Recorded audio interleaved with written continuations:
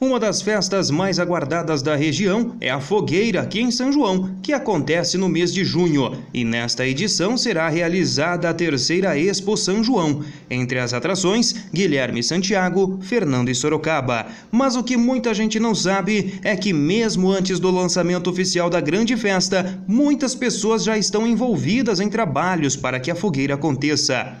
Um dos pontos altos da festa é a queima da fogueira gigante, que neste ano terá aproximadamente 50 metros de altura. Segundo o responsável pela construção, Juliano Pontello, os trabalhos tiveram início ainda no mês de fevereiro, com a coleta de lenha, madeira que será usada na queima.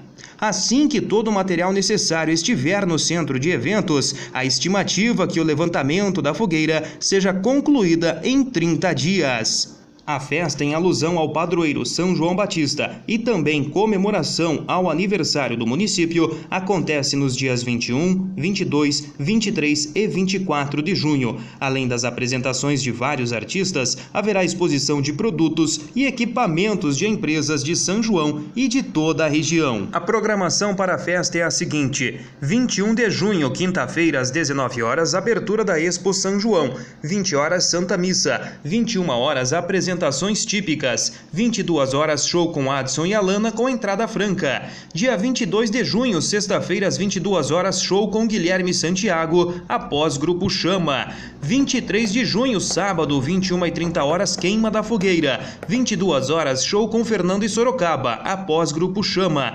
24 de junho, domingo, 14 horas, show infantil com Patrulha Canina e Macha e o Urso. 16 horas, show com Banda Detroit, também com entrada franca.